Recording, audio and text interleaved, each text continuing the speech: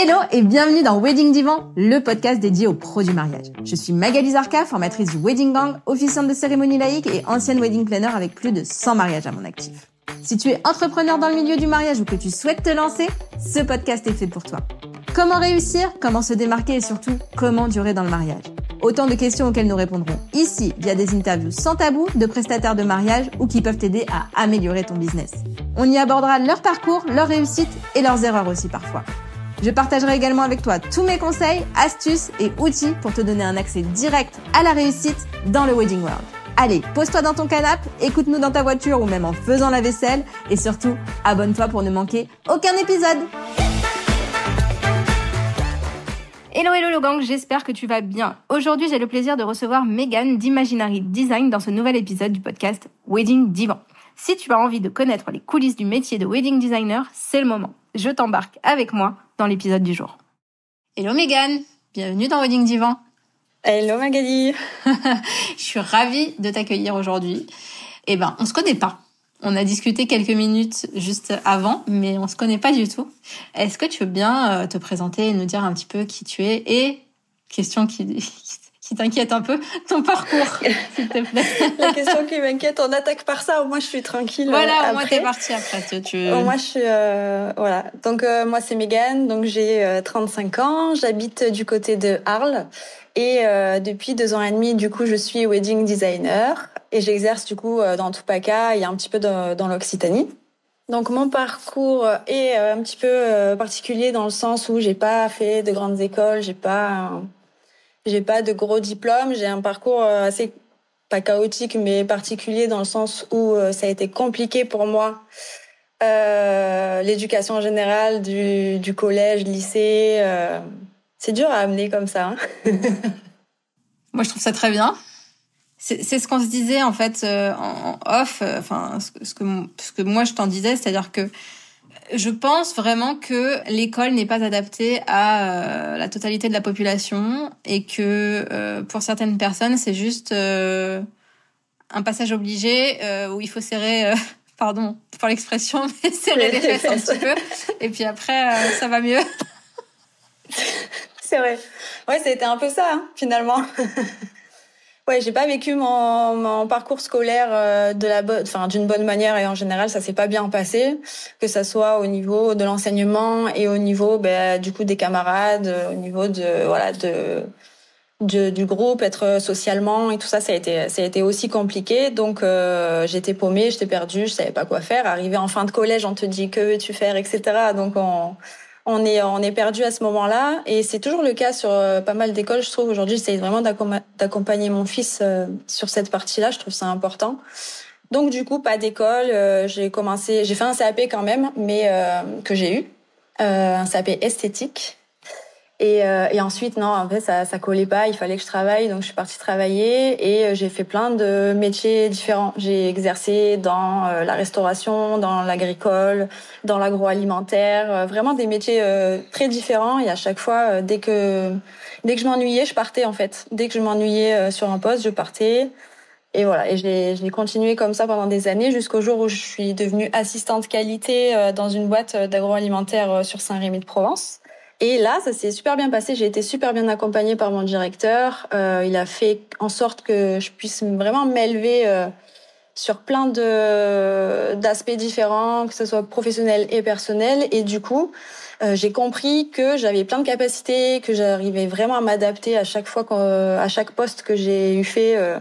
J'ai une capacité d'adaptation très importante. Vraiment, je sais travailler sous pression. Enfin voilà, j'ai pris du recul et je me suis dit ouais, mais en fait, mon parcours il est pas idyllique, il est pas trop instagrammable comme on dit, mais en tout cas, voilà, il fait partie de moi et j'ai appris quand même beaucoup de choses.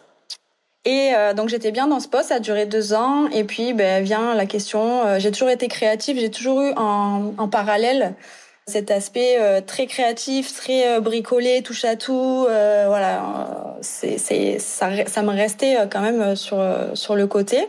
Et malgré que je sois bien dans cette entreprise et que je sois en CDI et que ça se passe bien, je me suis lancée comme ça du jour au lendemain. J'ai dit bon, je m'en vais.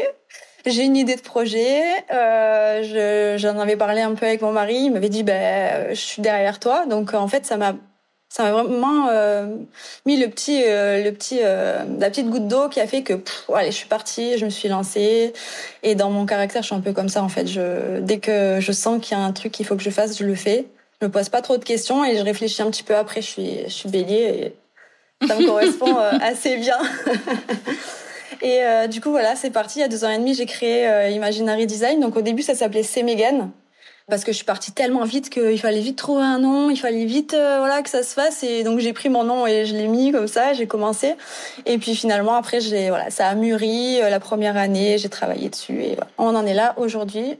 Je suis avec toi. Ouais. J'ai 2 questions qui sont venues. La première, c'est alors c'était pas vraiment une question, c'est plus une chose qu'on s'est dite hors enregistrement. C'est que tu m'as parlé de ce parcours qui pour toi est plutôt voilà, compliqué, etc. Mais par rapport à l'école surtout. Et tu me disais par contre que t'adorais te former. Donc c'est encore vraiment un exemple comme quoi l'école est pas forcément adaptée. Alors je le dis pas forcément à mon fils, évidemment, parce que de toute façon il faut y passer. Mais c'est vrai que voilà, enfin toi comme moi, on adore se former, alors que à la base c'est pas forcément c'est le taf de l'école, et c'est pas ce qu'on a ressenti, le fait d'apprendre des choses d'une façon sympa, quoi.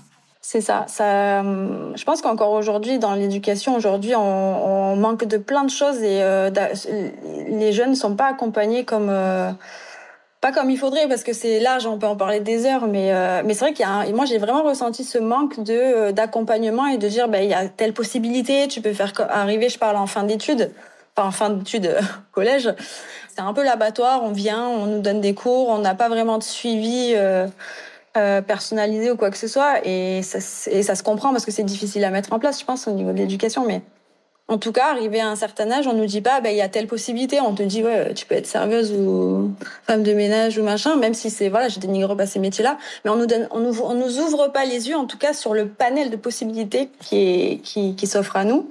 Et du coup, quand t'es un peu comme moi, perdu, un petit peu mal dans ta peau, que voilà, tu sais pas comment mettre un pied devant l'autre, parce que tu te sens pas bien en société, parce que les groupes ça va pas, tu te sens bien que quand t'es seul et tout. Et voilà, tu sais pas, t'es perdu, et voilà, il faut trouver tout seul ce que t'as envie de faire, et à cet âge-là, c'est hyper compliqué, quoi. Ouais, écoute, moi je pense que c'est important aussi d'en parler. Et du coup, la deuxième question qui m'est venue, c'était Imaginary, donc pourquoi ce nom? Alors, Imaginary, j'ai mis un petit peu de temps à trouver. J'ai vraiment cherché, j'ai pris le temps. Je voulais vraiment que ça me fasse un énorme boom dans le cœur, et je suis très contente parce que c'est ce que ça m'a procuré quand je l'ai trouvé. Et j'ai passé presque 2 mois sans radio, sans rien dans ma voiture, à rouler, et en laissant mon cerveau travailler tout seul, à me dire allez, réfléchis à des choses que t'aimes, réfléchis à des choses que tu veux mettre en avant, enfin voilà, des mots, des phrases, même des images, parce que je suis très dans ma tête, je suis très image, et je fais les relations comme ça, très mémoire photographique. Et du coup, pendant 2 mois sans musique dans ma voiture, j'avais plein de choses qui me venaient. Je réfléchissais à plein de sujets autour de la déco. J'essayais de cibler quand même un petit peu autour de mon métier. Et tout ce qui revenait, c'était souvent moi, ma créativité et l'imaginaire, parce que je suis quelqu'un qui a de l'imagination, je suis quelqu'un qui est un petit peu dans mon monde. Et c'était toujours l'imaginaire. Et en fait, à force de chercher l'étymologie d'un mot, de l'autre, je suis arrivée à imaginer. Et j'ai cherché l'étymologie, et j'ai trouvé le mot imaginary, qui est en latin, du coup, et pas en anglais. La description, c'est imaginer et créer quelque chose. Donc, c'était ce mot-là qu'il fallait pour moi et pour l'entreprise, parce que ça correspond à ce que je fais et à ce que je suis. Donc vraiment, je suis très contente d'avoir trouvé mon nom en ayant fait ces recherches, et vraiment par le cœur, quoi. Ouais, c'est clair, trop bien. On va aller creuser dans ton métier et comment tu t'organises au quotidien. Déjà, voilà, comment t'organises tes journées en basse saison et en haute saison? Est-ce qu'il y a beaucoup de différences?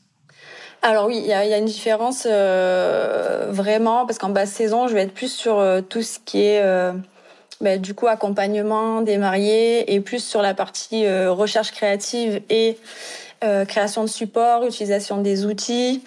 Donc je suis beaucoup à mon ordinateur, à mon bureau finalement, donc c'est plus on va dire cérébral, et en haute saison on va être plus dans la logistique Donc vraiment de préparer les mariages, faire mes inventaires, charger mes camions, aller faire mes jours J, et ça j'enchaîne et c'est vraiment une autre organisation. Et c'est ça qui me plaît aussi dans le métier, c'est qu'on a vraiment ces deux phases très distinctes de voilà, je m'organise un planning où par exemple moi je sais que pendant 1 jour et demi à 2 jours par semaine, je suis en recherche créative et en création de carnets, d'outils pour mes mariés pour les accompagner au mieux. Donc ça me prend énormément de temps devant mon ordi et c'est des choses que j'adore. Et à contrario, j'adore aussi être sur le terrain, bouger, charger mon camion. Donc c'est vraiment ce que je cherchais dans un métier, c'est parce que moi je sais pas rester en place trop longtemps. Donc là c'est vraiment, il y a les deux phases et du coup il y a un équilibre qui se fait qui est génial pour moi. Je me reconnais dans ce que tu dis. Je supporte pas non plus de rester trop longtemps au même endroit. Ouais. Alors, tu m'as dit qu'une des questions qu'on te posait le plus, c'était de te demander si c'était toi-même qui réalisais la totalité de tes décors. Et alors, c'est quoi la réponse ? Alors la réponse c'est oui. La réponse est un grand oui et c'est vraiment quelque chose que je veux mettre en avant chez Imaginary Design, c'est que je crée tout moi-même dans mon atelier avec mes petites mains. Donc à terme, j'aimerais me créer un atelier qui me permette de faire des choses un peu plus poussées encore et toujours pour essayer d'aller vraiment dans les choses plus complexes et plus techniques. Pour l'instant, je fais des grands panneaux, je fais plein de choses, il y a plein de possibilités, mais j'aimerais vraiment aller dans ce sens-là. Du coup, je crée tous mes panneaux moi-même, donc les découpes, la peinture, les lettrages que je fais manuellement et j'utilise très peu de stickers, j'en utilise uniquement sur demande si vraiment les mariés veulent un logo spécifique que je peux pas reproduire ou pour de la location, un panneau que je réutilise et c'est pas un sticker qui va être jeté à la poubelle puisque du coup j'ai une démarche qui est éco-responsable et j'y tiens. Donc tout ce que je fais, tout ce que vous voyez sur les réseaux, tout ce que vous voyez en tout cas quand je travaille, c'est fait chez moi et c'est fait par mes petites mains, mes grandes mains, mes petites, je sais pas. Et c'est quoi qui étonne le plus les gens ? Parce que pour qu'on te pose cette question, c'est qu'il y a des choses qui doivent se... Je pense que c'est le plus, ce qui marque le plus les gens, c'est le lettrage à la main. De me dire ah mais c'est toi qui as écrit sur le panneau. Les gens souvent limite ils vont gratter pour voir si c'est pas un sticker parce que je reproduis des polices et tout ça sur mes panneaux et ça les intrigue alors que pour moi je fais rien d'exceptionnel, tu vois, j'écris sur un panneau et les gens sont là mais en fait c'est hyper propre, ils s'imaginent pas que ça puisse être si propre que ça en faisant ça avec un feutre et je suis contente en général du résultat. Même si c'est il y a certains panneaux où c'est pas parfait comme le sticker, des fois moi je vois la différence parce que je suis dans le détail, mais c'est quelque chose que j'aime bien, ça ajoute beaucoup d'authenticité à mes décors. Le fait que ça soit créé de toutes pièces à la main et le fait aussi que j'utilise beaucoup de bois recyclé, que je recycle derrière mes panneaux, les gens me disent ah mais c'est fou que voilà, ça les intrigue et c'est étonnant et en même temps c'est presque triste parce que je me dis en fait c'est normal de faire ça pour moi. Je me dis pourquoi toi tu penserais pas à faire ça. Voilà pour moi. Donc du coup ça sensibilise quelque part les gens à réutiliser, à faire eux-mêmes et Bon, justement on va en reparler de l'éco-responsabilité, mais comment tu gères le fait de faire la totalité de tes décors à la main finalement en termes d'orga et de logistique en amont, le jour J, après l'événement? Alors, il y a les gens qui s'y prennent à l'avance, donc j'arrive à faire créer un planning plus ou moins à l'avance, même si je suis une team qui aime bien travailler sous pression, qui est assez dernière minute. Je prépare pas 1 an à l'avance le panneau. Souvent, j'ai un planning qui est assez court avant la saison, sur 2-3 mois avant la saison. Donc, avec les gens qui s'y prennent à l'avance, j'inclus dans un planning. Et après, il y a les dernières minutes, souvent, qui s'ajoutent. Et là, en ce moment, je passe ma vie dans mon atelier, par exemple, parce que j'ai des deadlines à tenir. Donc, je suis une team dernière minute, mais je respecte toujours mes deadlines. Tout est toujours prêt pour les jours J pendant mars-avril, mais je programme un peu tout, je commence. Et du coup, je prends un petit peu d'avance et j'ai un roulement comme ça qui se fait jusqu'à octobre où j'ai des événements jusqu'à octobre. Même pendant la saison, je continue de créer en fait. Et ça me permet vraiment de me vider la tête. Je garde la création pendant ma saison parce qu'entre 2 mariages, ça me fait du bien en fait d'aller dans mon atelier. Je suis là, je fais mes peintures et tout. Ça me fait me sentir bien et sereine pour le prochain mariage. Gestion de stress. C'est ça. Et les jours J, comment ça se passe du coup ? Alors jour J, donc en amont, voilà, les gens prennent contact avec moi. J'inclus que ça soit en accompagnement long ou en juste parce que je propose aussi la création que pour les personnes qui veulent un one shot pour leur mariage. Ils me contactent, je fais les décors. S'il y a livraison, parce qu'il y a possibilité de venir chercher au local ou de se faire livrer. Donc s'il y a livraison, je viens, j'installe. Et pour les accompagnements donc de mes mariés, souvent c'est compris dans ma formule. En fait, j'ai une formule ultra complète où je viens, j'installe et je fais le démontage le lendemain et je rentre et je recycle. Alors bon, parle-moi de l'éco-responsabilité. Alors raconte-moi tout. Oui, je sens bien. Je peux pas ne pas en parler. Donc chez Imaginary Design, j'ai mis en place des pratiques durables du début à la fin de mon accompagnement et ça commence déjà quand vous venez sur mon site internet.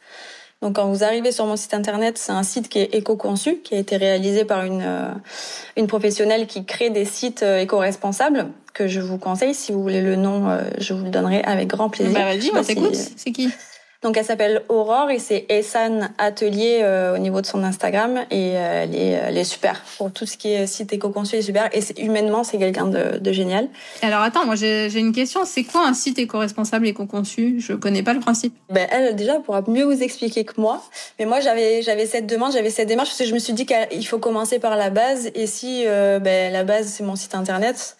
Donc il fallait vraiment que je commence comme ça et en fait un site éco-conçu, c'est un site qui est créé d'une manière qui va générer moins de CO2 en fait par la compression des images, par la vitesse de page. Enfin voilà, il y a tout un processus technique que moi je pourrais pas vous expliquer exactement là aujourd'hui, mais en tout cas sur sa page il y a plein de conseils et il y a plein de détails si vous voulez en savoir un peu plus. Et c'est hyper intéressant parce que même en colorimétrie, on a choisi des couleurs qui génèrent moins de bande passante quoi. À l'impression, ouais voilà, et puis à l'impression aussi si on imprime les logos sur des devis etc. Enfin ce sont des couleurs durables en fait. Choisis en fonction de l'intensité, etc. Donc il y a plein de conseils hyper intéressants sur les sites éco-conçus sur son compte. Donc chez moi, ça part de là. Ça part du site et je trouvais ça logique que ça commence comme ça puisque c'est le démarrage. Et après, moi, j'applique du coup des démarches durables tout au long de mon accompagnement. Et en fait, j'essaye de travailler avec des prestataires aussi qui pas forcément engagés comme je pourrais l'être moi, mais qui travaillent déjà avec des produits locaux, avec par exemple les fleuristes, des fleurs de saison, des fleurs produits locaux et fleurs de saison. J'ai aussi mon catalogue qui est éthique, mon catalogue de location parce que j'ai un service de location. Donc dans mon catalogue, vous trouverez que du made in France, du made in Europe. Et si c'est pas, si par exemple vous voyez un produit, mais je le vois chez Maison du Monde, c'est que je l'ai acheté d'occasion. En fait, c'est occasion, Europe ou France. Donc je n'achète absolument aucun produit sur les sites chinois, puisque je défends aussi les valeurs et la production dans des conditions éthiques et la surexploitation humaine qu'on peut voir sur des sites comme ceux-là, ça me bouleverse et du coup je veux vraiment pas partir sur des achats chinois ou autres, parce qu'il n'y a pas que la Chine. Donc chez moi mon catalogue est éthique. Ce que je fais aussi, c'est dans les déplacements, je limite un maximum les déplacements pour éviter les émanations CO2. Donc quand je me déplace, si je vais un peu loin, je prends un logement sur place pour éviter un aller-retour supplémentaire. J'ai créé une formule ultra complète pour essayer de maximiser du coup les déplacements. Moi, je propose quelque chose normalement qui est ultra complet. Évidemment que si vous avez besoin de louer des chaises ou autre, je ne fais pas ça, mais en tout cas, je propose mon catalogue pour mes mariés pour pas qu'ils aient à prendre 4, 5, 6 prestataires différents. Donc, je fais une formule ultra complète pour pouvoir venir, installer, faire votre décoration. Le lendemain, je repars avec toute ma décoration. Mais voilà, le but, c'est de minimiser les déplacements. C'est un pôle très important dans l'écologie. Les déplacements dans les événements, c'est ce qui crée un maximum de pollution, quoi. Donc, on essaye de limiter ça. Et après, du coup, je fais partie du collectif Margot, donc qui est un collectif de prestataires de mariage éco-responsables. Donc, vous pouvez me voir, je suis référencée chez eux. Et pareil, donc on lutte un petit peu ensemble, on essaye de sensibiliser les gens sur les événements, sur tout ce qu'on peut mettre en place comme alternative au sein d'un mariage ou un autre événement, parce qu'on on peut aussi l'exploiter sur plein d'autres événements. Mais en tout cas, sur le mariage, ça génère énormément de déchets pour une journée, et il y a plein d'alternatives hyper simples qu'on peut faire. Et souvent, les gens sont surpris. Ah, mais ouais, mais en fait, j'avais juste pas pensé de faire comme ça, et finalement c'est bien accueilli. J'ai jamais des fois on me demande une arche à ballon, forcément je dis non, c'est pas avec moi qu'il faut travailler, donc je redirige, parce que moi je ne céderai pas à ce genre de demande. Je ne ferai jamais d'arche de ballon, en plus je trouve pas ça super élégant pour un mariage, mais ce n'est que mon avis. Mais voilà, on essaye de proposer un maximum d'alternatives, que ça soit sur la déco, mais pas que, sur les prestataires aussi, donc fleuristes, photographes même, traiteurs. Voilà, on essaye de créer des équipes qui vont permettre de générer moins de déchets possibles sur vos événements. Yes, bah écoute, Margot, alors après, quand l'épisode va sortir, ça sera un peu différent parce que ça sera dans quelques semaines, mais pour le coup, jeudi, j'interviens pour eux, pour vous. Donc. Ah, génial! T'as pas vu passer ça? Non, je l'ai pas vu, et en plus je suis pas là jeudi. Je suis en visite technique et du coup je peux pas faire la visio. Ah, bah c'est moi qui suis là jeudi. Mais je regarderai le replay. Ok, et donc tu me parlais de recycler les panneaux. Comment tu fais ça? En fait, déjà à la base, pour me fournir, je travaille avec certains magasins où je fais de la récup, donc tout ce qu'ils jettent. Soit ils mettent un petit message, soit ils mettent à disposition pour que je puisse venir le chercher. Donc c'est parfois du carrelage, c'est parfois du bois, du panneau. Donc j'essaye de récupérer déjà un maximum. Je fais des achats évidemment aussi, sinon de matières premières. Et après, en fait, une fois que mes panneaux sont faits, parfois j'ai de la demande où les mariés veulent garder, par exemple, le panneau d'accueil. Est-ce qu'on peut le garder? Donc ça, en amont, c'est décidé en amont, et je leur fais leurs panneaux qui garderont avec grand plaisir. Et sinon, après, tout ce qui est grosse structure, souvent les plantables, les backdrops pour les photos, enfin tout ce qui est décor photo ou autre, c'est assez gros, c'est assez imposant. Les mariés veulent rarement le garder chez eux. Donc ça, je récupère. Soit je recycle pour un autre mariage, donc je repense, je le retravaille, je repersonnalise, parce que le but aussi, c'est d'être dans la personnalisation du mariage. Et du coup, voilà, c'est un roulement comme ça. Et si je vois que je peux pas le recycler pour un mariage, je le recycle soit pour moi, chez moi, pour mon atelier, je fais des étagères, voilà, il y a plein de possibilités. Je ne jette absolument rien, ou très très peu. Et c'est quoi le genre de magasin avec qui tu as un partenariat en fait? Là, pas loin de chez moi, j'ai un magasin qui vend principalement, tout ce qui est carrelage, qui fait des cuisines. Du coup, il y a du travertin, et ils ont en fait des fois il y a des arrivages de l'eau qui sont cassés, et ils mettent tout à la benne en fait. Donc j'y suis allée, je leur ai dit est-ce que je peux me servir, machin, est-ce qu'on peut faire ça, et ils m'ont dit oui, allez-y. Donc c'est rien en fait, c'est même pas un partenariat, c'est je viens prendre du déchet, ça leur enlève du poids à aller jeter à la déchetterie. Même si c'est pas des gros poids contrairement à ce qu'ils ont. Et après du coup, je travaille beaucoup avec l'entrepôt du bricolage qui est à 5 minutes de chez moi en fait. Et l'entrepôt du bricolage de Arles, la directrice est géniale. Et elle met déjà à disposition des choses pour les gens en fait, quand on passe devant, on peut se servir en fait, elle jette pas. Elle met déjà à disposition les plaques de bois qui sont inutilisables, des palettes, il y a plein de choses, et souvent je fais le tour et je regarde. Et elle a vraiment une démarche aussi comme ça de pas jeter, de contacter des associations, voilà, elle est super. Et du coup, travailler avec des gens comme ça, c'est vraiment utile, et ça fait vraiment partie du projet quoi. M'entourer de gens comme ça. Ouais, c'est pas trop compliqué d'être à la fois dans la personnalisation et l'éco-responsabilité? Non. Justement, je trouve qu'on personnalise pas assez selon moi. Moi, j'essaye vraiment de connaître mes mariés, de savoir ce qu'ils font dans la vie, ce qu'ils aiment en commun, mais aussi ce qu'ils aiment séparément, pour essayer vraiment de capter ce qui va faire que c'est leur mariage et pas le mariage qu'on voit sur Pinterest un peu partout. Et là, dernièrement, j'ai fait un panneau ultra personnalisé où même il y avait des histoires d'odeur sur les trucs et tout. C'était incroyable. Et je trouve que non, il y a justement, et puis ça, c'est un petit peu le défi aussi de trouver le petit truc qui fera la différence. Parce que des fois, on m'envoie, j'aime bien ce panneau, je veux celui-là. Ok, je peux te faire ce panneau si tu le souhaites, mais j'aimerais bien qu'on aille un peu plus loin et qu'on trouve un petit peu comment l'amener pour que ça soit le vôtre et pas celui que vous avez vu sur Pinterest ou sur un autre compte. Le but c'est pas de plagier tout ce qu'on voit et de faire celui-là il est joli, je veux le même. OK, mais il faut le retravailler, il faut lui donner une âme en fait et il faut que ça soit l'univers des mariés qui se ressentent au travers, quoi. C'est un petit peu le défi créatif que je me lance à chaque fois. Mais du coup, ouais, personnalisation et co-responsabilité, c'est pas antinomique. Non, je vois pas pourquoi.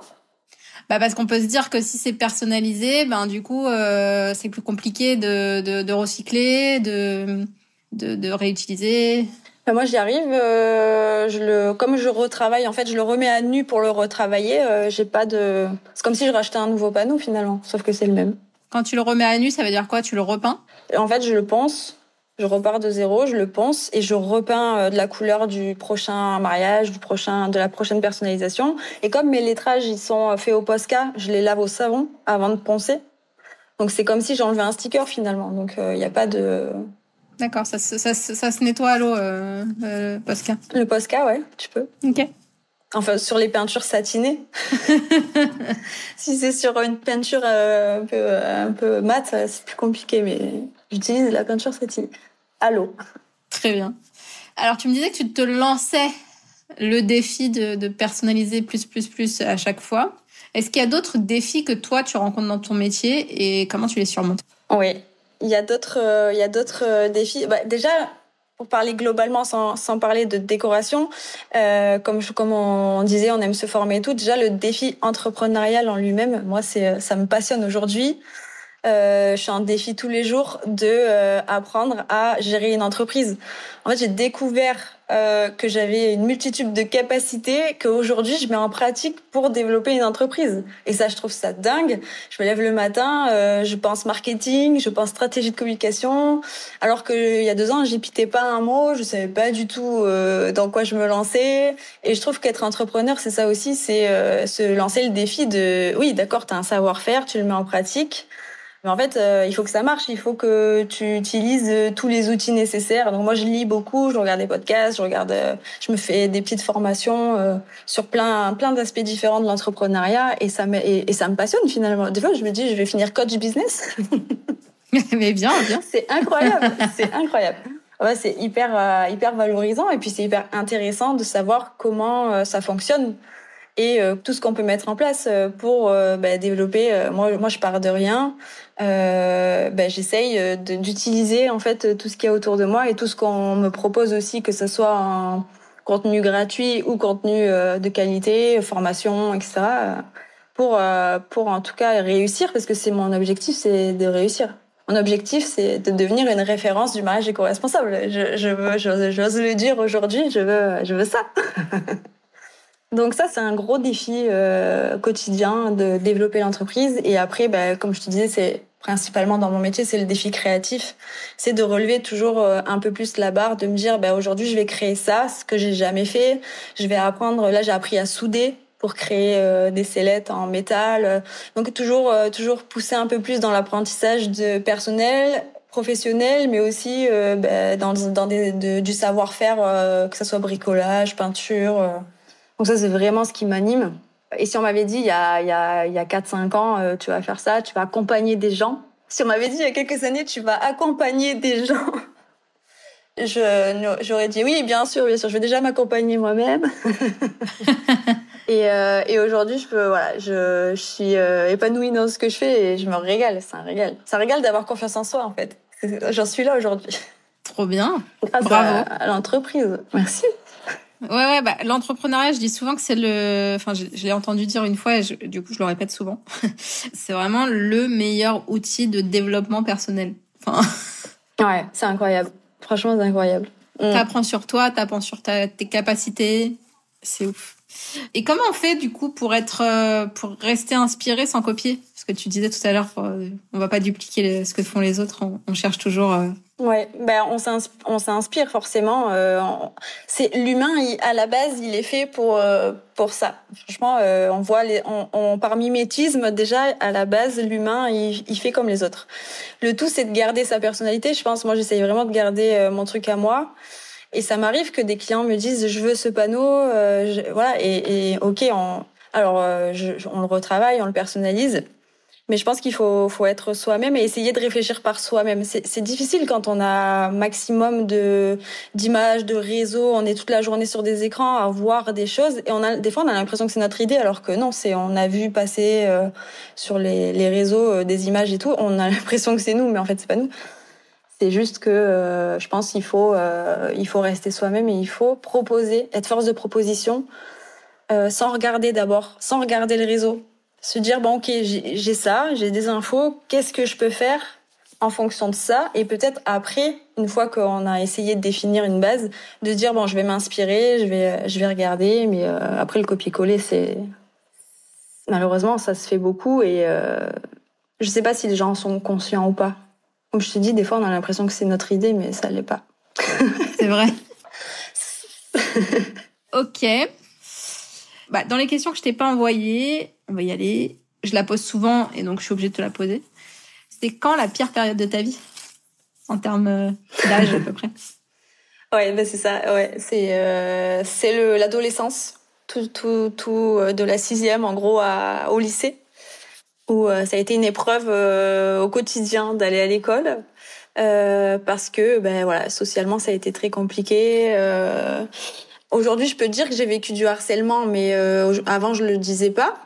Mais aujourd'hui, j'en suis consciente. Je sais ce qui m'est arrivé, et je trouve ça révoltant aujourd'hui. Je me rendais pas compte à l'époque. Donc vraiment, ça a été et ma famille le savait pas. Enfin voilà, c'était hyper. Je me dis que j'ai eu la force de sortir de ça toute seule finalement, parce que j'en avais jamais parlé à personne avant l'âge adulte. Tu vois, ça c'est vraiment quelque chose de. C'était vraiment une période que j'ai oublié. J'ai oublié énormément. Je pense que mon cerveau a fait un espèce de blackout, de dire t'oublies cette période de ta vie, même si ça a eu un impact chez moi pendant longtemps, puisque ça m'a brisée. Je suis pas arrivée dans la vie avec les bons outils, avec les trucs. J'ai été quelqu'un de brisé, de cassé un petit peu. Et il a fallu que je me reconstruise un peu toute seule et j'ai réussi. Donc je suis hyper fière de ça. Tu me disais que tu avais un enfant? Ouais, j'ai un petit garçon qui a 11 ans. On a la même chose. Du coup, le mien, il va avoir 11 ans au mois de décembre aussi. Ouais. janvier, moi, tu vois. Enfin, il va avoir 12 en janvier, il rentre au collège, là. Et du coup, ça m'angoisse. Ouais, pareil. Ça m'angoisse. Ouais, mais qu'est-ce que tu lui dis, justement, avec ce que t'as vécu? Ouais, on en parle. Du coup, moi, j'ai vraiment ouvert la porte de lui dire, déjà, parce que moi, j'avais pas ce truc de parler avec mes parents, ou avec, mes sœurs et tout. C'était un peu tabou à la maison, on n'en parlait pas. Et on m'a pas accompagnée dans ce sens-là. Et aujourd'hui, je suis très dans l'accompagnement aussi avec mon fils sur ça, parce que déjà, ils en parlent. Aujourd'hui, ils en parlent à l'école. Nous, à notre époque, on n'en parlait pas dans l'école. Il y avait pas. Aujourd'hui, ils font des ateliers sur le harcèlement, de par les réseaux et tout. Il se passe tellement de choses aussi que ça a pris de l'ampleur. Et je pense qu'ils ont pris conscience qu'il y avait un réel problème. Donc, qu'est-ce que je dis à mon fils? Je lui dis de me parler. Je lui dis vraiment que s'il a besoin, il peut me parler de tout, que je suis à l'écoute. Mais en fait, je pense que je l'ai élevé d'une manière. Aujourd'hui, il est dans une phase où il me dit, mais maman, en fait, je m'en fiche des autres. Et il s'assume, tu vois, c'est un petit garçon, il a les cheveux longs. Même à l'école, la directrice me dit, mais en fait, Dany, il s'occupe pas des affaires des autres, il fait sa vie, tout le monde l'aime bien parce que justement, c'est le bon copain. Et ça me rassure parce que je me dis, j'ai fait mon job de lui dire que lui, il est quelqu'un, qu'il a le droit d'être ce quelqu'un et que par contre, si on vient l'embêter ou que quelque chose, il faut en parler, quoi. C'est la base et c'est vraiment l'outil qui va lui permettre de faire bouger les choses. Je lui dis qu'on trouve toujours des solutions, même si ça fait peur, mais voilà. La communication, la base de tout, c'est ça. Dans tous les domaines, je pense, la communication, c'est la clé. Savoir s'écouter et savoir... C'est dur d'écouter sans réagir. Hein. C'est dur quand ton petit il te dit on m'a embêté, machin. Mais il faut se dire ok, c'était... Enfin voilà, communication. Après, on peut partir des heures là-dessus, j'adore. Donc je vais faire bref, mais voilà, c'est ça. C'est ce que je lui dis. Ce qui m'a manqué, en tout cas, c'était ça. C'était de pouvoir me confier à quelqu'un et d'en parler. Qu'est-ce que tu dirais à Mégane, adolescente maintenant avec le recul que t'as? Sois toi-même, n'aie pas peur d'être qui tu es, parce qu'en fait, c'est pas grave de pas être comme tout le monde. C'est quoi l'avantage d'avoir vécu ce que t'as vécu petite? Difficile à mettre des mots sur ça. L'avantage, je pense que j'ai une grande force en moi qui fait qu'aujourd'hui, justement, je peux entendre et je peux comprendre beaucoup de choses venant des autres. Mais je pense que ça a développé chez moi une empathie et quelque chose. J'ai peut-être la solution, en fait, j'ai peut-être le conseil qu'il faut. J'ai peut-être ça peut être ça, je pense. Aujourd'hui, je l'assume, ce que je faisais pas avant, et je m'en sers de plus en plus. Mais je pense que ça m'a permis de me développer quelque part dans ce sens-là. Je sais pas si c'est ce que t'attends comme réponse. J'attends pas de réponse. La bonne réponse, c'est la tienne. Après, moi, je vois que t'es vachement plus à même d'accompagner ton fils, et que sans ce vécu-là, t'aurais pas pu. Ouais, ça c'est vrai. Je trouve ça hyper beau, en fait. Je m'en rends compte par ce qu'il me dit, par son attitude, par comment il est, et il est tout ce que j'étais pas à son âge. Et c'est une victoire quelque part. C'est plus qu'une victoire, en effet. En effet. Et qu'est-ce que tu aurais envie de dire à Mégane dans 10 ans, celle qui aura 45 ans? T'as vu, t'as réussi. Tu le savais. Et t'as réussi. J'adore. C'est quoi réussir pour toi? Pour moi, réussir, c'est déjà me sentir bien. Et aujourd'hui, je réussis dans ce sens-là, c'est que je me sens bien dans ce que je fais, dans qui je suis et dans ce que je veux montrer aux autres. Donc déjà ça. Et réussir, c'est juste... je pense il y a toujours un aspect financier où j'ai plus envie de compter, parce que c'est vrai que c'est assez compliqué la vie aujourd'hui pour plein de gens. Je voudrais juste ne pas avoir à compter dans ce sens-là. Et réussir, c'est aussi pour moi partager et sensibiliser les autres, à dire vous pouvez y arriver vous aussi. Si moi j'y suis arrivée, vous pouvez y arriver. Réussir dans la sensibilisation de l'écologie aussi, de dire on peut faire plein de choses, on peut faire les choses mieux en fait. Voilà. Trop bien. Merci Mégane, c'était hyper cool de t'avoir. Merci beaucoup. Je suis sortie de ma zone là, c'était dur. Merci à toi. Non, c'était top. Merci beaucoup. Merci, à bientôt. À bientôt. Et voilà le gang, j'espère que cet épisode t'aura plu autant qu'à moi. Si c'est le cas, partage-le sur Insta en nous taguant Mégane, Imaginary Design et moi, le Wedding Gang. Ça nous fera trop plaisir. Et bien sûr, tu peux toujours mettre 5 étoiles au podcast sur Apple Podcast ou Spotify. C'est ce qui m'aide le plus à faire connaître Wedding Vivant. Un immense merci à toi et à très vite pour le prochain épisode.